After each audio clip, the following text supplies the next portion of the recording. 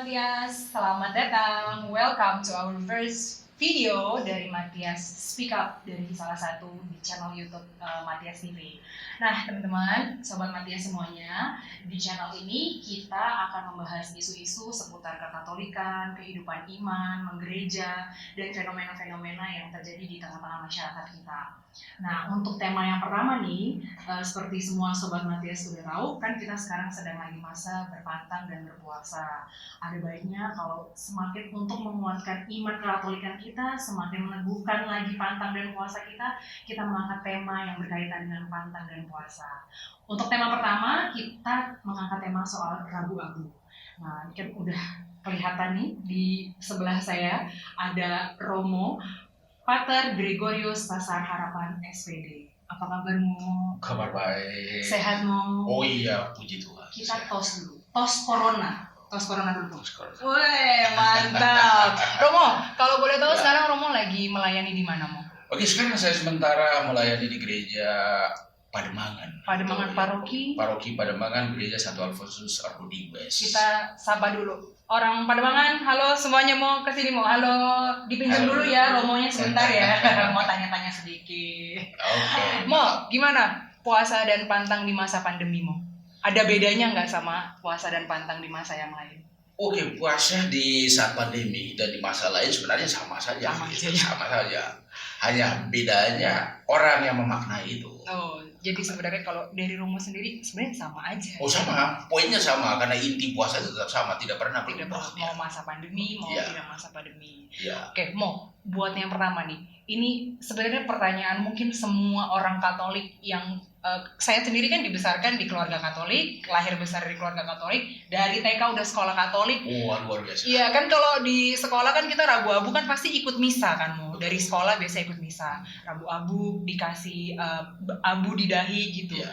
Tapi sebenarnya kita tuh nggak pernah tahu kenapa sih Rabu gitu. Dari sekian banyak hari, Mo, Senin, Selasa sampai Minggu. Kenapa Rabu yang dipilih untuk jadi Rabu Abu? Itu kenapa sih, Mo? Oke, ini poin yang menarik. Wah. Kenapa dia menarik? Karena hanya gereja Katolik yang memakai hari Rabu Abu sebagai saat awal untuk membuka puasanya. Lalu pertanyaan yang menarik tadi, kenapa Rabu Abu? Iya. Oke, kenapa Rabu Abu? Alasan utamanya yakni karena waktu puasa kita itu ditentukan oleh jumlah hari. Oke. Yakni 40 hari itu saat rahmat, saat khusus untuk kita maknai. Lalu kenapa jatuh hari Rabu Abu? Karena perhitungannya yakni dari hari raya Paskah, hari Minggu. Lalu dihitung mundur supaya jumlahnya 40 hari. Dan puasa kita itu ada 6 minggu ditambah 4 hari. Lalu kenapa 6 minggu tambah 4 hari? Kan itu kelebihan.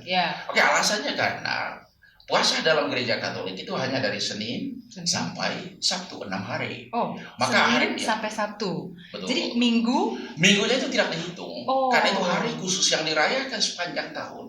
Sebagai hari untuk merayakan kebangkitan Kristus. Kebangkitan Tuhan. Maka hari Minggunya tidak dihitung. Maka dihitung mundur. Gitu. Maka dihitung mundur dari Minggu Paskah. Lalu Sabtu sucinya lalu dihitung terus sampai dengan dapat hari Rabu yang jumlahnya pas 40 hari.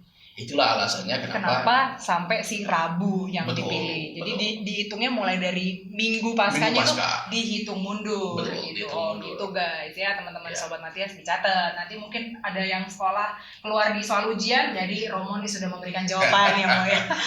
Terus kan kita gini, Mo, kalau di pengetahuan kita sebagai orang Katolik itu kan ada sakramen, terus ada lambang-lambang, patung. Katolik itu syarat lambang, syarat makna, syarat histori. Benar. Pasti penggunaan abu ini juga melambangkan sesuatu kan. Nah, kekuatan si abu ini sendiri, kalau misalnya kita nggak terima pas Rabu Abu kemarin, itu gimana? Oke.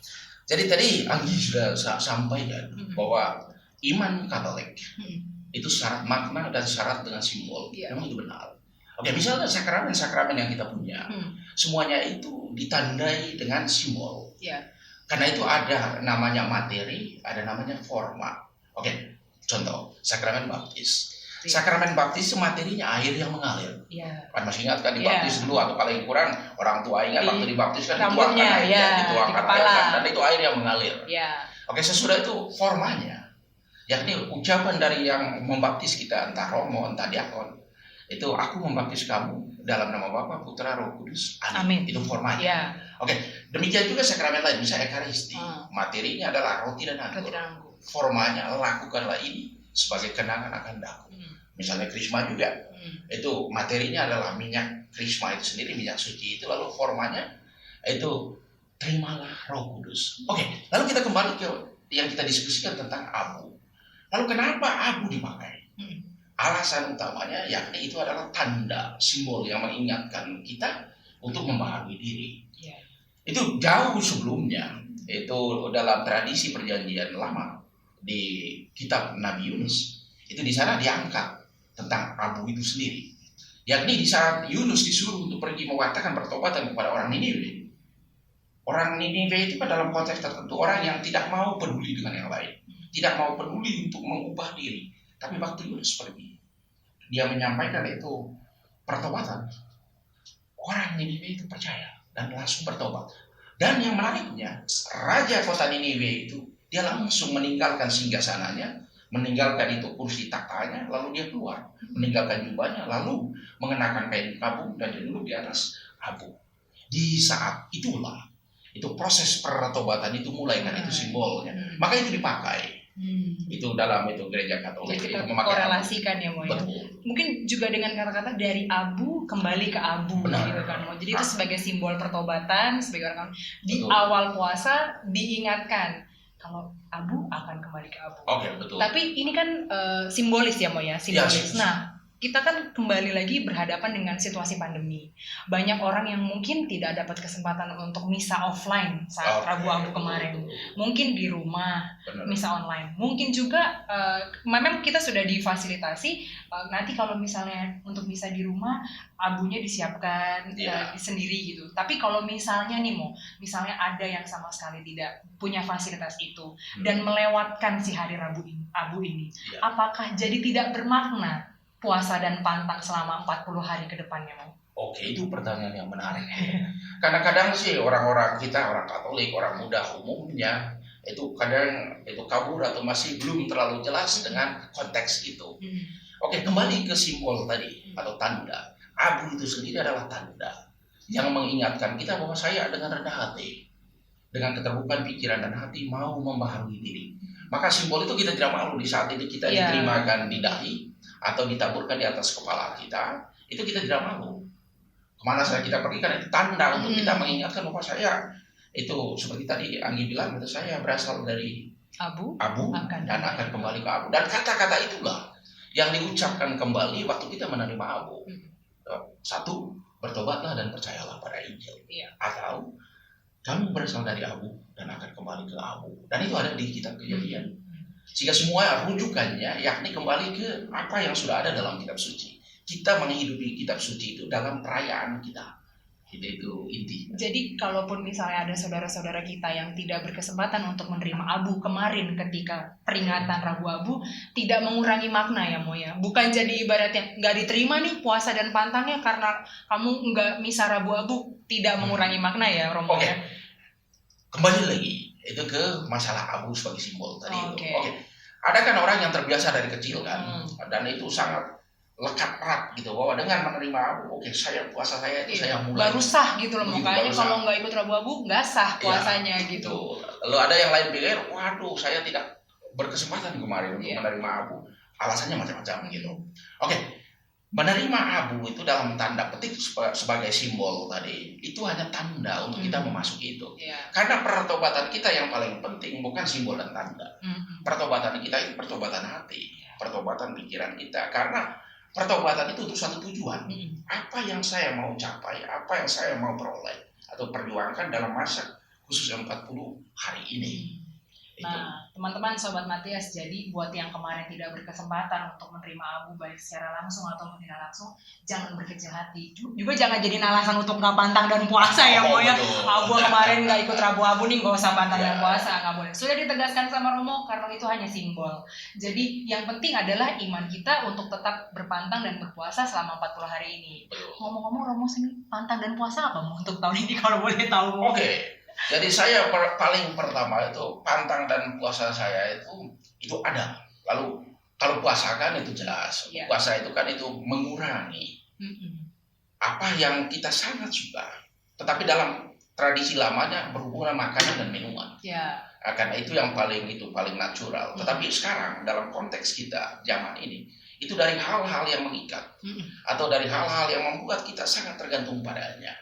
Addicted gitu ya Mo ya. Exactly, that's the point. Oke, maka sekarang untuk saya pribadi itu saya coba pantang kopi. Pantang kopi, Iya. Romo suka kopi berarti Iya. nih. Dan itu saya sangat ketagihan dengan kopi, kecanduan malah. Ini pasti nih Sobat Matias mungkin yang dengerin ini atau yang umat paroki Pademangan sering dikerjain Romo nih kayaknya nih bikinin kopi nih.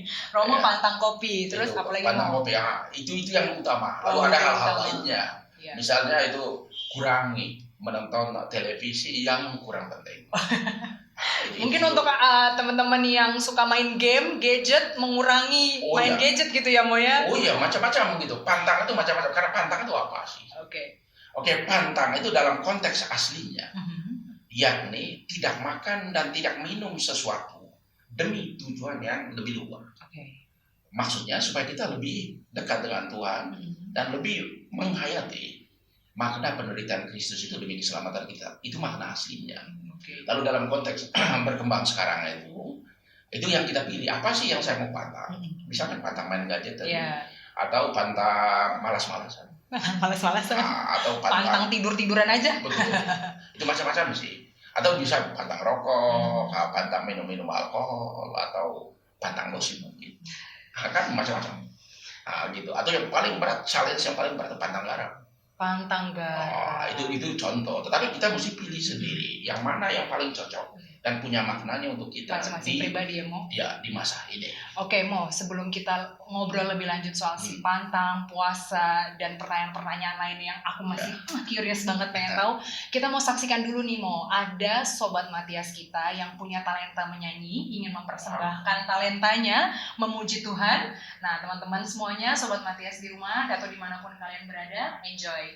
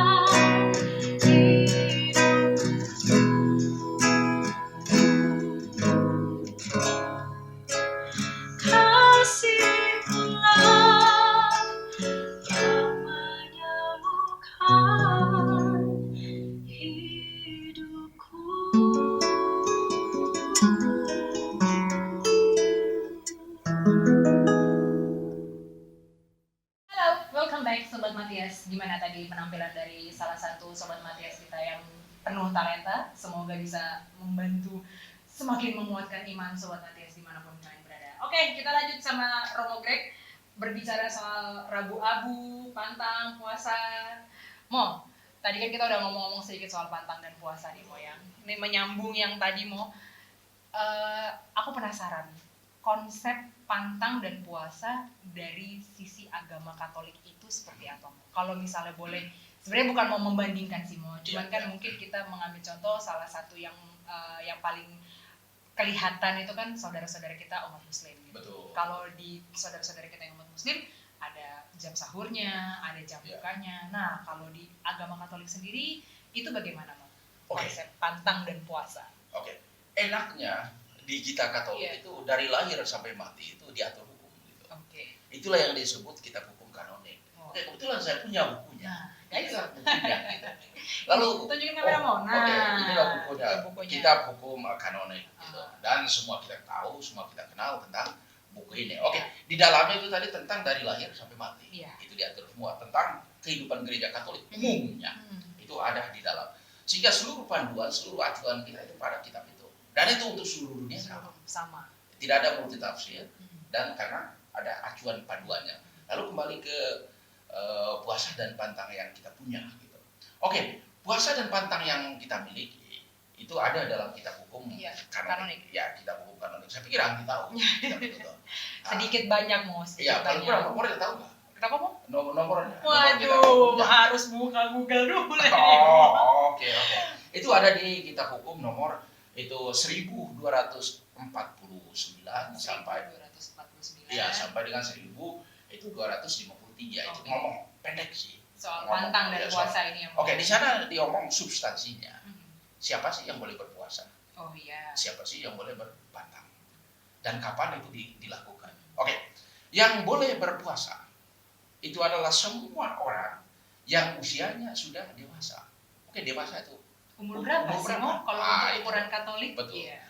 Kitab hukum itu juga menyebutkan yang dewasa itu umurnya 18 tahun. 18 tahun. 18 tahun. Berarti puasa itu mulai dari umur 18 tahun sampai dengan usia awal 60 tahun. Awal 60. 1860 gitu ya. Sederhananya gitu. 18 sampai 60 tahun itu yang puasa. Lalu yang pantang siapa sih? Yang pantang yakni orang yang usianya sudah 14 tahun ke atas. Range usianya sama juga. Pertanyaan kita, apakah yang usianya di luar itu belum 18, di atas 60, apakah mereka boleh berpuasa? Atau yang di bawah 14 atau di atas 60, apakah boleh berpantang? Itu tidak diwajibkan, opsional, pilihan. Orang menentukan. Atau pertanyaan, bagaimana orang yang sakit? Apa masih perlu puasa? Apa masih perlu pantang? Pemahaman kita yakni orang yang sakit itu sendiri, itulah puasa dan pantang yang sekarang sementara dialami. Sehingga tidak dianjurkan lagi untuk dia pantang atau berpuasa khusus. Tetapi kalau dia masih mau memilih untuk pantang dan puasa, itu terbuka, itu tidak dilarang. Tetapi gereja tidak menganjurkannya, karena dia sementara melakukan puasa pantang dalam dirinya dengan sakit yang dia alami. Itu juga alasannya kenapa yang 60 tahun ke atas tidak diwajibkan. Karena usia tua mereka itu banyak keluhannya kan. Entar kolesterol, darah tinggi, macam-macam. Mo, tapi aku penasaran nih. Pantang dan puasa, sebenarnya itu bedanya apa sih Mo? Pantang tuh apa? Puasa tuh gimana gitu kan? Itu pertanyaan yang menarik gitu. Pantang itu sendiri itu masuk dalam kategori kita tidak boleh makan dan minum sesuatu yang kita tentukan sendiri atau kita sepakati bersama. Karena ada hubungannya dengan kehidupan bersama nanti. Misalnya kan satu keluarga nih, bapak mau pantang A, mama mau pantang B, anak-anak mau pantang C. Waduh, susah lah masak dari rumah kan. Lalu tentang pantang itu sendiri, sejarah awalnya itu tentang makanan dan minuman. Itu tidak makan dan tidak minum sesuatu demi tujuan tertentu. Itu pantang. Lalu puasa, yakni sekali makan kenyang dalam sehari.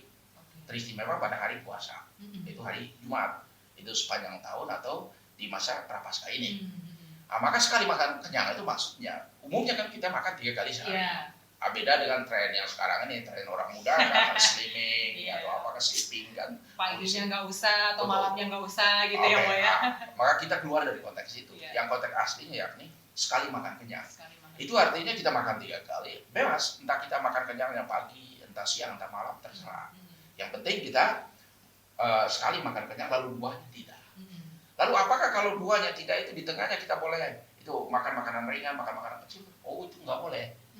Karena itu puasa kita, itu tidak dianjurkan di tengahnya ada makanan kecil gitu. Karena itu sekali makan kenyang dan 2 kalinya tidak gitu. Di 2 kalinya ini mungkin porsinya dikurangin ya? Porsinya dikurangi, katakanlah saja sederhananya mungkin hanya setengah atau hanya seperempatnya, itu masing-masing kita. Tidak secara ketat itu diatur itu berapa banyaknya. Oke, maka pada puasa itu tentang jumlah makanan yang kita makan dan kualitasnya. Lalu pada pantang, yakni jenis makanan atau minuman yang kita makan dan kualitasnya. Berarti pantang dan puasa itu adalah satu kesatuan ya Mo ya? Berarti kalau misalnya mungkin ada orang yang berpikir kayak, kayaknya tahun ini gue mau pantang aja deh, nggak mau puasa. Atau kayaknya tahun ini gue mau puasa aja deh, nggak mau pantang gitu. Itu berarti nggak boleh ya? Pantang dan puasa adalah satu kesatuan gitu. Ya, itu satu paket sebenarnya. Satu paket tetapi disebut dibedakan. Karena kadang itu orang tidak bisa sekalian itu dilakukan. Maka gereja memberi kita, mewajibkan kita 2 hari khusus. Yakni hari Rabu Abu dan hari Jumat Agung. Betul. Dan di situ saja. Lalu sepanjang tahun hari Jumat itu kita hukum tadi. Itu menganjurkan itu untuk pantang. Gitu. Sekarang puasanya itu yang di pantang dan puasanya pantang puasanya di Rabu Abu dan Jumat Agung. Nah, Mo, ini kan biasanya nih, Mo. Ini saya mengaca ke diri pribadi gitu ya, Mo ya. Misalnya memang udah niat kalau hari Jumat itu mau makan sekali kenyang. Tapi memang entah kenapa ya, mungkin teman-teman atau sobat Matias yang lain di rumah juga mengalami atau dimanapun berada mengalami. Kenapa memang setan-setan dan godaan-godaan itu berjalan memang benar-benar di hari ketika kita mau benar-benar puasa gitu. Nah, misalnya nih Mo, ada yang mungkin lupa atau nggak sengaja nih pantang daging, makan daging gitu kan, diajak makan sama keluarga atau kondangan gitu ya Mo, terus kemakan. Nah, itu apakah jadi terus batal, terus berdosa atau gimana tuh Mo? Kalau ajaran kita Mo? Itu hal-hal seperti itu dalam kehidupan sosial kan bisa saja terjadi. Misalnya kan itu, dalam itu tadi saking gembira, saking senangnya, kita lupa gitu. Lalu terjadi apa yang kita buat gitu. Karena merasa bisa, waduh puasa hari ini, tapi sudah 1 potong. Mau dimintain kembali kan nggak mungkin ya Mo ya. Kan? Maka yang harus kita buat yakni kita membuat sili atas yang kita lakukan itu. Misalnya kita memilih hari lain untuk menggantikan yang kita tidak sanggup buat pada hari ini. Itu sehingga makanannya tetap. Karena kita sesudah kita melakukan tadi lalu kita nyesal kan. Karena poinnya penyesalan itu.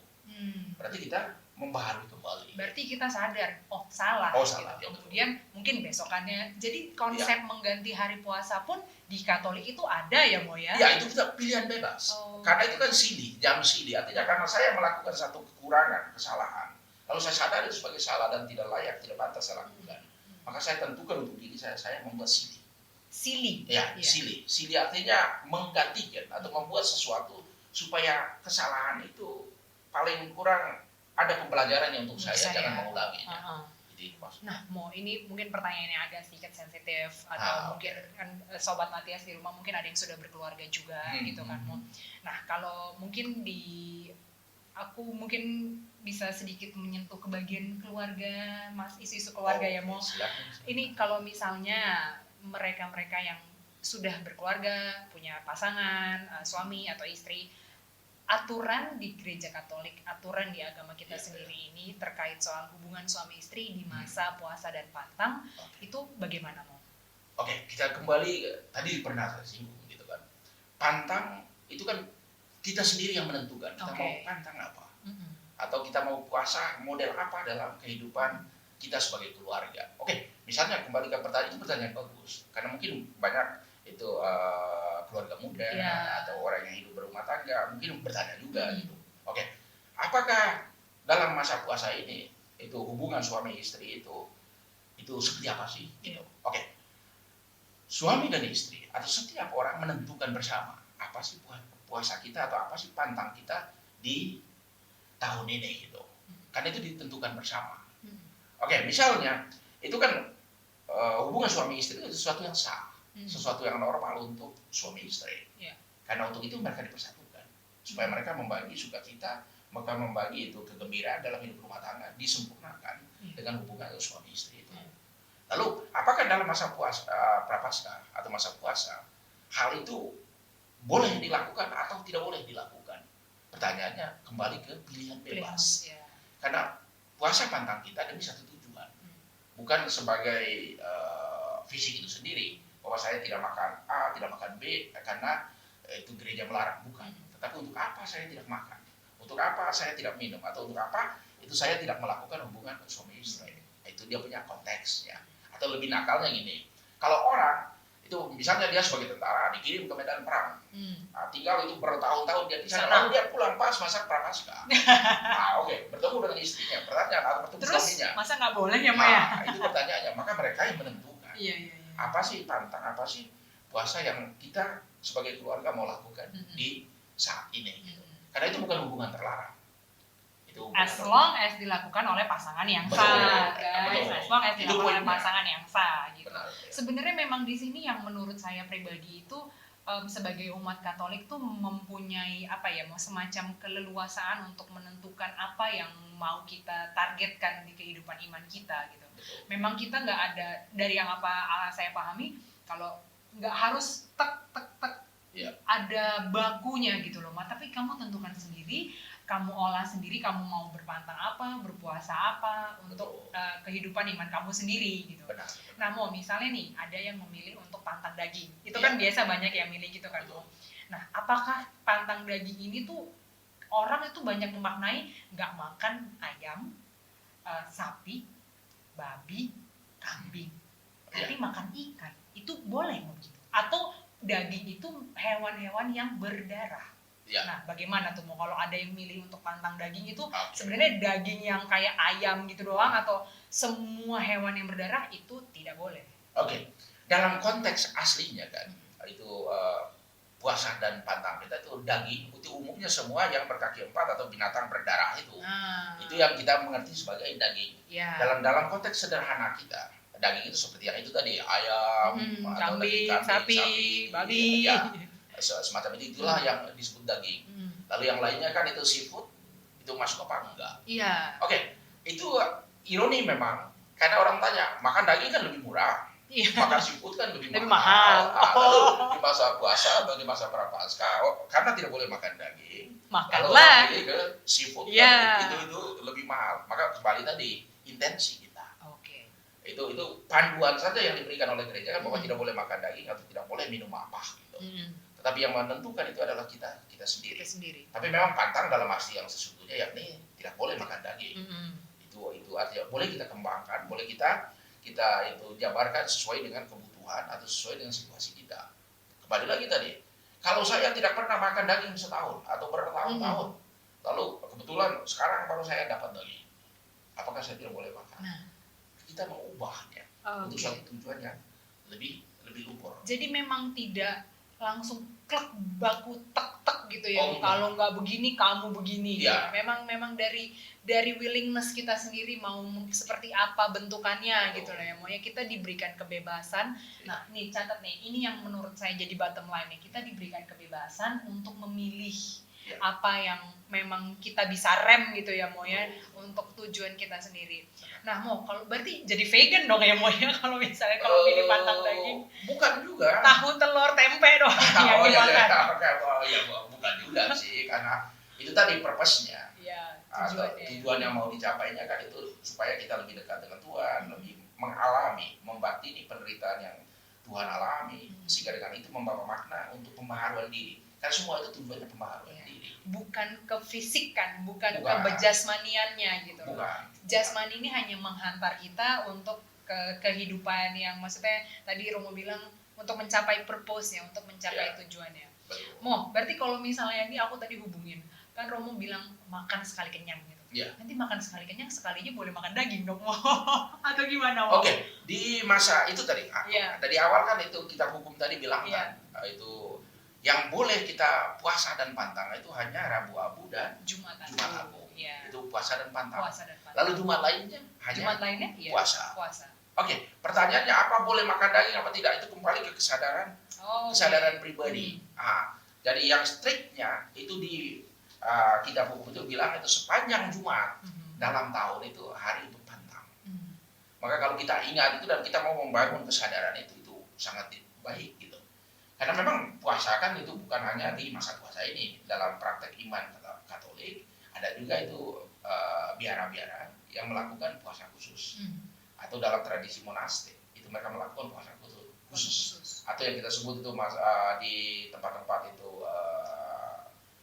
yang untuk petapa, itu mereka melakukan puasa khusus. Atau bahkan askesi itu tidak makan, tidak minum. Itu mereka hanya berdoa dan selama meditasi. 40 hari itu, selama waktu yang panjang. Selama waktu yang panjang, mereka yang menentukan. Karena itu ada tradisi itu dalam iman kita. Maka yang umum itu dianjurkan itu pada masa Prapaskah ini 40 hari. Lalu yang lain-lain mengadopsi sendiri caranya untuk dia bisa membaharui diri dan semakin dekat dengan Tuhan. Lalu prinsipnya cuma satu, tidak boleh merugikan diri sendiri. Itu jadi kalau prinsipnya. yang lagi sakit, ya nggak usah dipaksain. Betul. Tapi sorry aku potong lagi. Kalau saudara-saudara atau kaum perempuan yang sedang menstruasi itu bagaimana, Mo?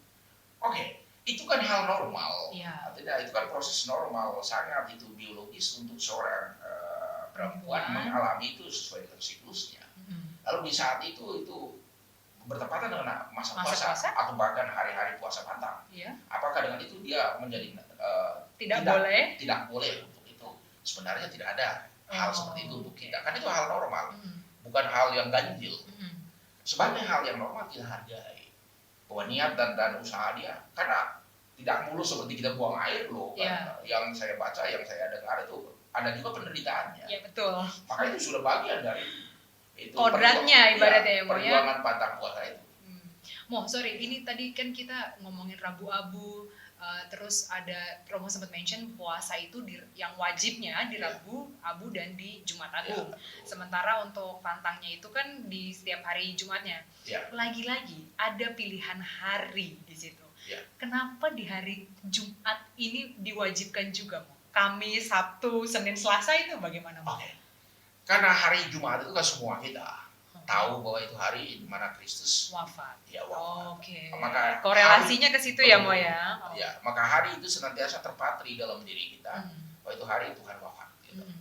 Karena ada macam-macam praktek spiritual, itu mereka melakukan hal khusus di hari-hari itu. Tujuannya supaya lebih membatinkan pengalaman sengsara Kristus itu dalam hidupnya supaya dia semakin dekat dengan Kristus sendiri. Sama juga ketika kita jalan salib, pilihannya di hari Jumat memang ya. Memang dikorelasikan juga supaya selaras dengan semuanya di masa Prapaskah, pantang dan puasa ini gitu ya, Mo ya. Mo, sekarang ini kan semua manusia di dunia ini sedang mengalami pandemi karena satu penyakit yang kita nggak tahu kapan selesainya ini. Nah, tadi mungkin di awal aku sempat bertanya sama Romo bagaimana Romo menjalani puasa dan pantang di masa pandemi ini. Nah, Romo mungkin boleh berbagi atau sharing bagaimana ada pengaruhnya kehidupan di tahun lalu dan tahun ini. Kita udah 2 tahun ya, Mo, ibaratnya mengalami puasa dan pantang di masa pandemi. Kalau boleh tahu, Romo sendiri ada perbedaan dan intensi khususkah di tahun ini dan tahun lalu? Related sama kondisi kita yang sekarang sedang pandemi, Mo? Situasi yang sekarang itu kita rasakan kan, karena semuanya itu kita lakukan secara terbatas. Artinya perjumpaan kita, kebersamaan kita dengan umat beriman, komunitas beriman itu menjadi sangat terbatas. Sebelumnya kan kita rayakan bersama. Memang iman Katolik itu iman yang harus dirayakan. Karena di saat kita rayakan bersama, iman kita itu semakin dikuatkan. Karena yang lain juga merayakan makna yang sama. Tapi sekarang lebih banyak kita sendiri. Misalnya yang lain itu ikut misa online dari rumah, live streaming seperti itu. Lalu yang lain sekarang sudah terbuka gereja, orang datang ke gereja tapi terbatas dengan proses yang rada ketat ada protokol kesehatannya juga. Ya, macam-macam mesti apply ke bela rasa, macam-macam. Bahkan banyak orang kan yang tidak bisa sukses karena tidak terlalu mahir dengan teknologi. Ya, betul. Lalu untuk saya sendiri, pandemi yang sementara kita alami sekarang itu sebagai satu mungkin mengingatkan kita bahwa kadang dalam hidup itu ada hal tidak seperti yang kita rencanakan terjadi. Maka dikala itu tidak seperti yang kita rencanakan, mesti mindset kita hati kita itu kembali kita shift, kembali kita ubah, kembali kita atur untuk menyesuaikan diri dengan situasi yang ada. Maka pantang dan puasa yang kita lakukan di tahun 2019, 20 dan di tahun 2021 sekarang ini, itu kita benar-benar sendiri menghidupi itu. Karena kekuatan dari sesama kita itu rada kurang kita alami.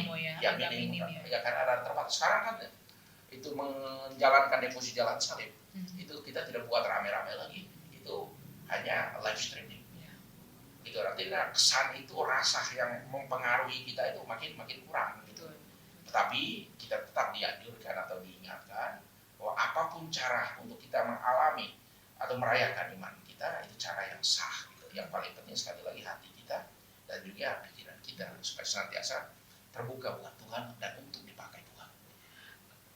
Keren banget ya. Tapi memang kalau saya sendiri memaknai posisi pantang dan puasa yang kebetulan jatuh di masa pandemi ini, kalau boleh dikorelasikan dengan apa yang Romo barusan katakan, kesendirian, ketidakberadaan umat-umat lain atau saudara-saudara kita di sekeliling itu justru mungkin bisa dirasakan sebagai bagian dari introspeksi diri kali ya Mo. Jadi semakin kita teguhkan lagi nih iman kita. Mungkin kan ada orang-orang yang memang lebih memilih untuk sendiri gitu loh kan. Jadi memang mungkin Tuhan lagi kasih kita waktu nih teman-teman Sobat Matias untuk mengimani, untuk berenung sendiri, untuk kembali mengimani lagi, merefleksikan perjalanan kehidupan kita selama ini gitu lah sejauh mana ya Mo. Tapi kan kalau di masa pantang dan puasa itu biasanya kita ada aksi puasa juga gitu lah kamu. Nah, kalau Romo sendiri bagaimana memaknai aksi puasa dan pantang di masa pandemi ini, mungkin untuk saudara-saudara kita yang mau berbagi ke mereka-mereka yang kurang beruntung, itu mungkin bagaimana mau fasilitasnya atau gimana? Oke. Memang di dalam masa prapaskah ini kan, atau masa puasa ini ada 3 hal utama yang dianjurkan oleh gereja untuk kita menghidupinya. Pertama, puasa itu sendiri. Lalu yang kedua, doa. Lalu yang ketiga, amal kasih. Tujuannya yakni untuk pembaharuan diri, membaharui diri kita, dan juga untuk berbela rasa, berbagi kasih dengan orang-orang yang ada di sekitar kita, atau dalam bahasa Anggi tadi, orang yang kurang beruntung nasibnya. Oke, puasa itu sudah kita bicarakan tadi. Doa itu praktek yang selalu kita buat dan usahakan itu ditingkatkan di masa prapaskah ini. Lalu yang ketiga yakni amal kasih. Oke, amal kasih itulah gunanya dari apa yang kita tadi puasa itu, sekali makan kenyang, 2 kali yang kurang. Oke, 2 kali yang kurang itu jatahnya yang untuk full untuk itulah yang kita pakai, kita bagikan sebagai aksi. Aksi kita untuk membantu yang lain. Siapa saja yang kita bantu, bermacam-macam gitu. Lalu dalam gerakan yang sekarang sementara gencar di setiap paroki dalam Keuskupan Agung Jakarta, yakni itu ada gerakan Yesus Tunawisma. Iya, menyisihkan dari apa yang mereka punya sedikit, bukan jumlahnya tapi gerakannya itu masuk ke dalam itu celengan Yesus Tunawisma itu. Lalu nanti digunakan secara bersama-sama untuk membantu entah orang perorangan atau kelompok atau siapa saja, dan bisa bermacam-macam. Entahkah yang terpapar COVID-19 atau memang karena yang situasi miskin kena bencana, atau memang miskin karena struktur, atau karena memang itu kondisinya seperti itu. Banyak hal yang bisa kita buat dari yang aksi-aksi kita. Jadi sebenarnya caranya, fasilitasnya, sarananya banyak ya Mo. Tinggal dipilih saja teman-teman Sobat Matias mau pakai yang mana. Yang penting kembali lagi ke niatnya. Yang penting ikhlas ya Mo ya. Nggak boleh ada yang embel-embel ya Mo ya. Yang diterima yang ikhlas sama yang di atas. Mo, mungkin sebelum kita sampai ke pertanyaan penutupnya, mungkin sebagian Sobat Matias atau siapapun yang ada di luar sana masih dalam tahapan belajar iman Katolik, belajar pantang dan puasa. Mungkin dari Romo sebagai pembina kita, sebagai gembala kita, mungkin boleh berbagi Romo tips and trick mungkin buat saudara-saudara kita yang baru mengimani Katolik dan baru belajar soal pantang dan puasa ini. Oke, yang paling menarik kan apa yang Sister Tresia dulu pernah sampaikan, Santa Tresia dari Calcutta. Dia katakan gini, kalau kita tidak bisa melakukan hal yang besar, lakukanlah hal yang kecil dengan cinta yang besar. Dan itu sangat mengubah gitu. Dan itu sangat something untuk saya, itu touching banget perkataan. Dan itu saya sudah baca berulang-ulang itu bukunya. Dan sekali lagi sampai ke kalimat itu menyentuh.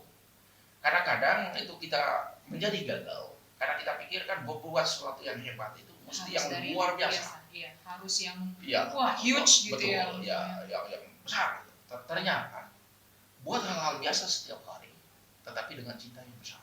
Apapun itu, pilih sampah saja itu sesuatu hal yang besar. Sampah di rumah kita atau sampah di kompleks gereja kita itu hal yang besar. Atau membersihkan meja apa segala macam dengan cinta yang tulus, sederhana, tetapi cintanya yang kita libatkan di sana itu yang membuat sesuatu yang besar. Berhubungan dengan puasa hal itu. Oke, kita membuat misalnya kita pantang sesuatu itu. Kembali lagi, saya mau dapat apa dari pantang ini? Karena bukan hanya sekedar ikut rame-rame atau karena ya bukan karena tren aja, bukan karena saudara saya pantang, ih malu nih nggak ikutan pantang gitu ya. Betul. Nah, tetapi awalnya, misalnya kan untuk usia yang rada remaja masih gitu kan belum punya itu firm, dia punya pegangan. Oke, ikut-ikutan nggak apa-apa gitu. Tapi mudah-mudahan kemudian jadinya paham. Oke, saya melakukan ini tujuan terjauhnya apa?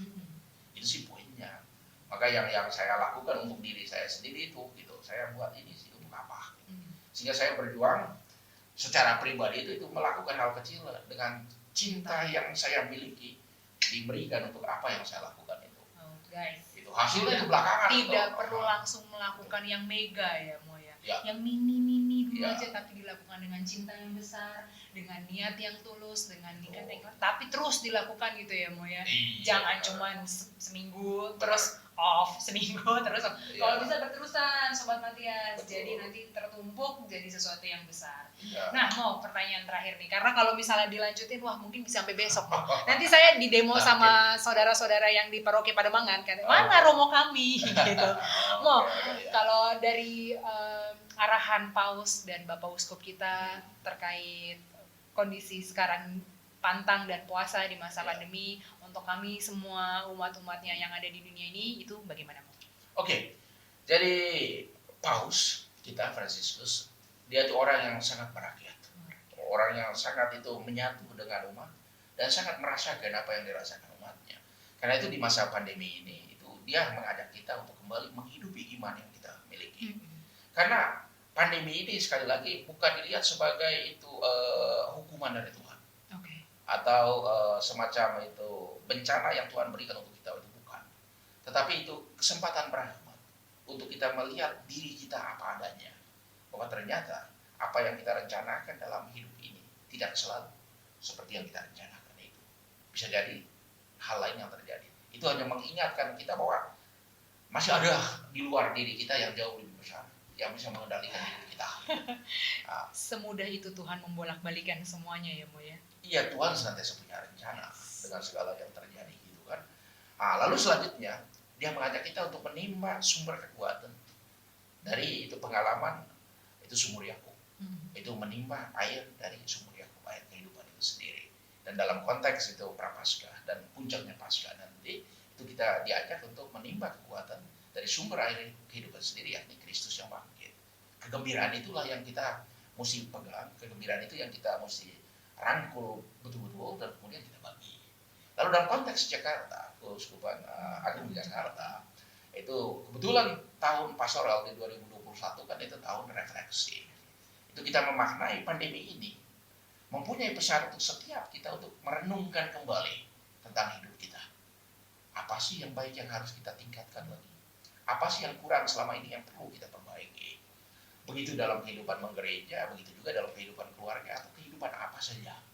Supaya kita berbenah diri kembali untuk menata hidup kita lebih lanjut dengan lebih baik. Atau paling kurang, andaikan pandemi ini terus berjalan, ya, kita bisa hidup damai dengan pandemi yang sekarang masih ada di sekitar kita. Walaupun sekarang vaksinnya sudah ada kan, dan kebetulan saya juga sudah divaksin.